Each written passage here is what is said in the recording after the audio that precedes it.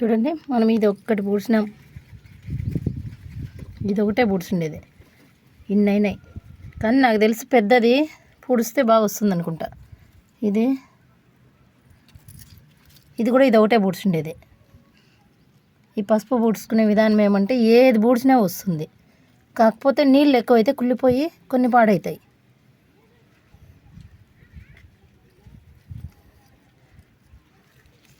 ఇంత పూడ్చినా వస్తుంది, ఇంత పూడ్చినా వస్తుంది. ఎక్కువ దీంట్లో అర్థం చేసి పూడ్చకూడదు. చూడండి, ఒకటే, ఇది ఒకటి పూడ్చినాం. చూడండి ఇవన్నీ వచ్చినాయి. ప్రతి ఒక్కరూ ఇంట్లో పసుపు పూడ్చుకొని